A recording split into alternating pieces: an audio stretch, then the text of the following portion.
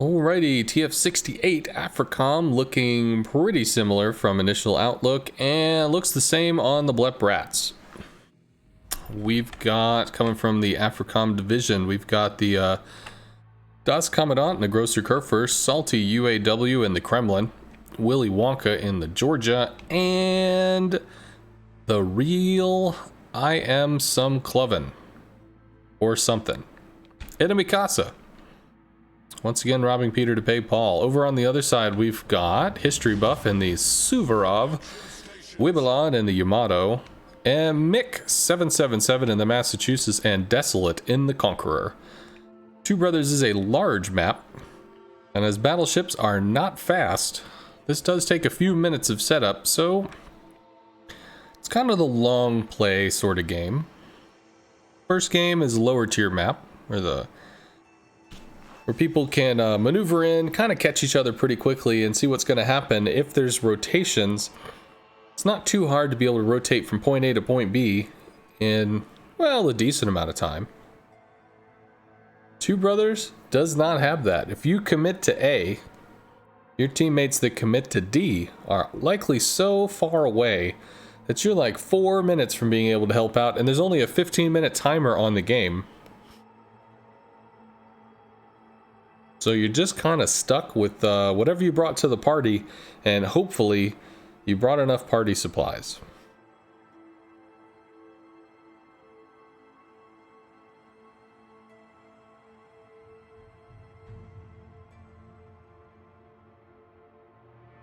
Okay, seeing how it's coming out, we've got T-68, Kurfürst Kremlin, Georgia, once again going the three-man division over to one of the caps. While they've got the cheerleader in the Mikasa, not actually looking to contest Alpha so much as maybe holding off the hordes in the mid-pass. The mighty Mikasa able to plug that gap like a cork in a bottle, hoping not to get popped, but able to try to pop it all the same. Yet we do have a Kremlin. If we're looking at this orientation, that Kremlin might actually be looking to anchor that pass.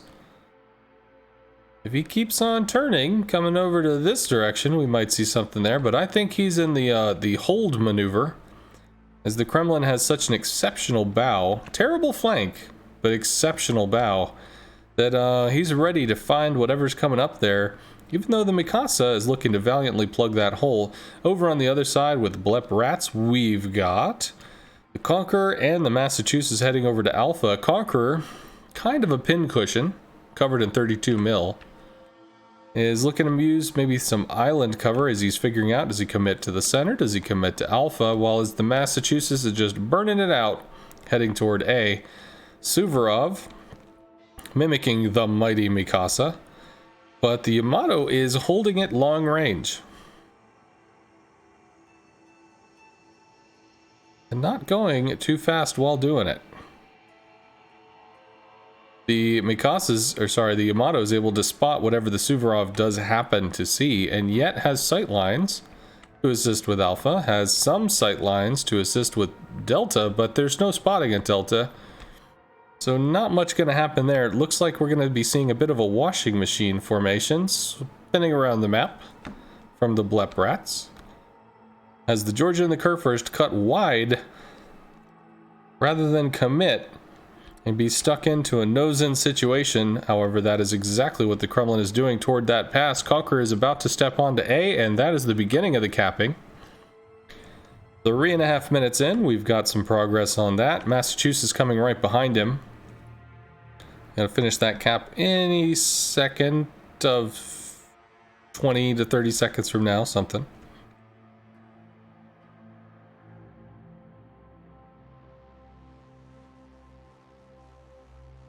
Alright, the Deep Sea Explorer Suvorov is about to take the plunge.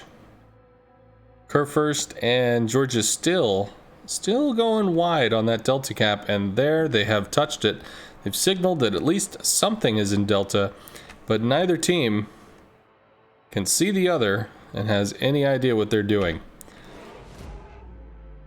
BLEP knows that the enemy team's not going for A, and TF-68 knows that BLEP's not going for Delta, but outside of that, not a clue.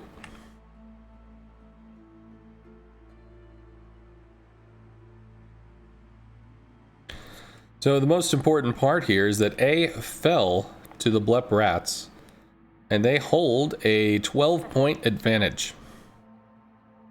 The only way this advantage gets stopped is if TF-68 is able to step on one of those other caps and either postpone it for a period of time, make up that 16-point difference now, or straight up take it, that's always nice, or get a kill. But with 2 caps to 2 caps, that point lead's going to stay the same, 16 toward the BLEP rats. Something's got to happen for TF-68 AFRICOM as the Kremlin commits to the trench. If the Suvorov, who is bow end of the trench, does not have a way out, and that Kremlin calls his bluff, that's going to be a 100-point swing over to the AFRICOM side. And if we continue the washing machine defense, that's going to be 100 points gifted to the enemy team, at which point BLEP is going to come in and start challenging. If they're able to take Bravo before AFRICOM is able to challenge Charlie, that should secure the point lead and potentially win the game straight out.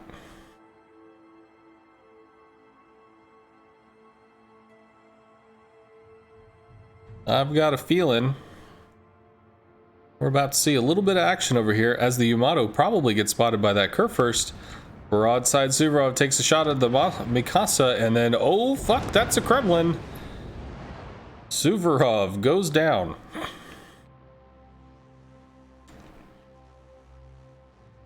Shells out from the Georgia onto the Yamato. Georgia cutting wide, Kurfürst staying bow in. Looks like TF-68 is now committed to the channel. Yamato is left alone. At this point, the Yamato can either begin to reverse, which is exactly what he's done, or he can try to bunker up on an island and make them come to him, but assuredly that is exactly what will happen if the Yamato cannot defend himself, as Mick and Desolate round behind to try to backcap. Currently, TF-68 with the lead off the death of the Suvorov, looking kind of desperate for points at this situation. Yamato on the line, potentially on the chopping block, but trying to reverse.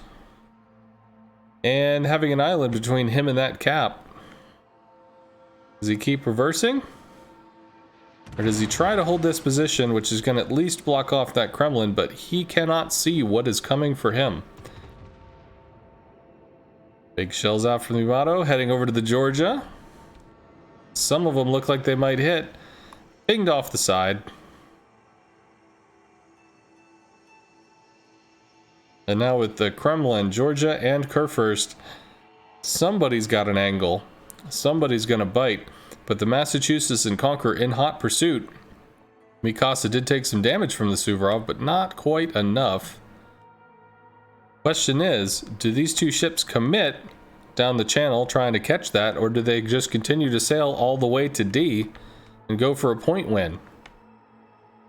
With 4 ships all grouped together versus 2, if this Yamato goes down, that's going to be a huge point lead that's going to have to come somewhere from points. And that could be a D play. As 36 points a minute on this map. No, that's not going to be it. It's 4 every 9.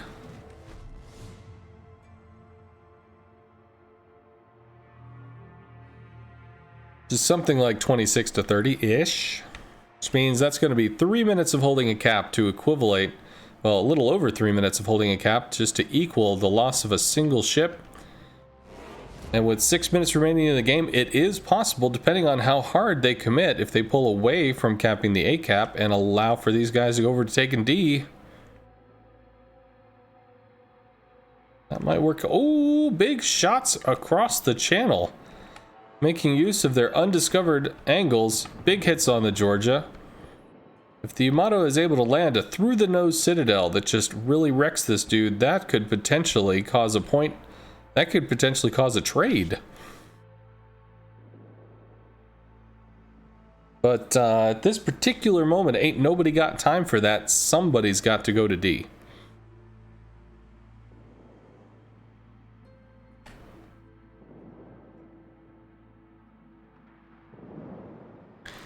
Babylon down to 20, down to 17. Shells continuing to connect. Nobody quite has secondaries on him. Nope, take that back. Georgia of Willy Wonka is able to chisel just a few, but is not going to angle too aggressively to get those secondaries in. He just wants the assured kill without getting himself dead in response.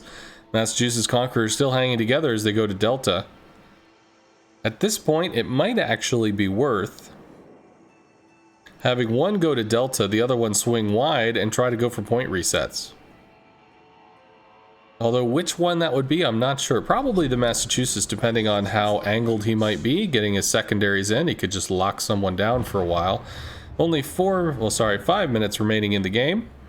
It's going to be a pretty severe point balance. It's about, just about 200 points, 204 at the moment. Over to TF-68, 4 ships to 2. They're stepping on the A cap. We've got BLEP about to step on the D cap. If there was some kind of resetting going on, that might actually delay while the other one starts to net points. Question is, would they be able to milk it out long enough to prevent the loss of the Massachusetts in that instance? Or would the overwhelming 4-man majority be able to take it? Right now, TF-68 playing the long game. 4 minutes from now, that point lead's still going to be the same, because if it's 2 caps to 2 caps, that shit ain't going nowhere. Which means AFRICOM can use the, well, I guess it's not much of a desert strategy, but a point strategy to take the win.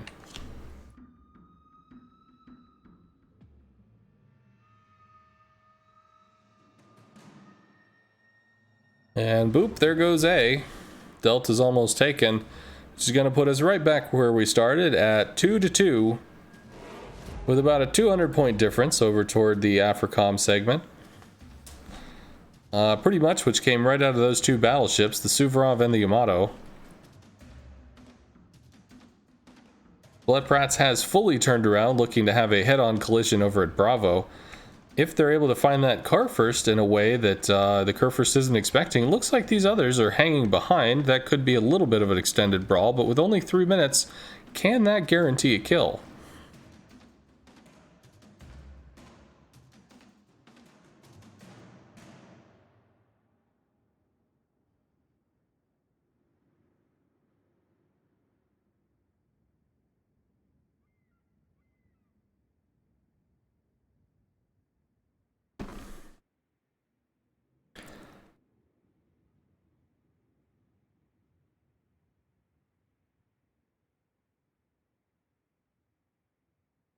Two inevitable forces sailing slowly toward the other.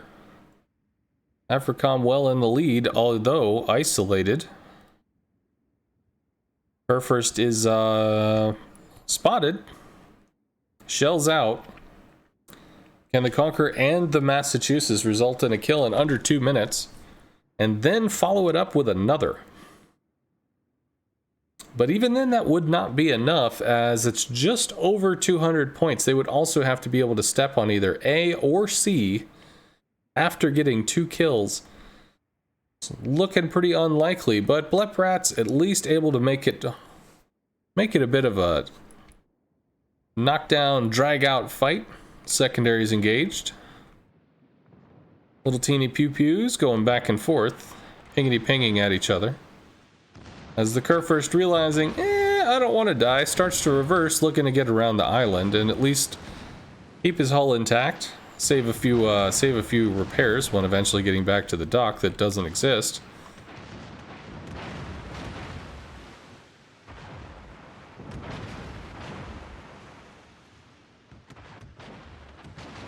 Little pew-pews, are those clearing the island? Woo! Look at those shell arcs. Kurfürst not able to have his secondaries online as he simply doesn't see anything. Picasso and the Georgia guarding C. With 1 minute and 10 seconds to go, that's going to be a 200-point difference that they are unable to dislodge. They were able to take half the Kurfürst in just about 2 minutes. But it wasn't enough to take all of the Kurfürst and another ship and some kind of cap contest. Just not enough. Going to go ahead and give this one over to AFRICOM. Winners of Game 2.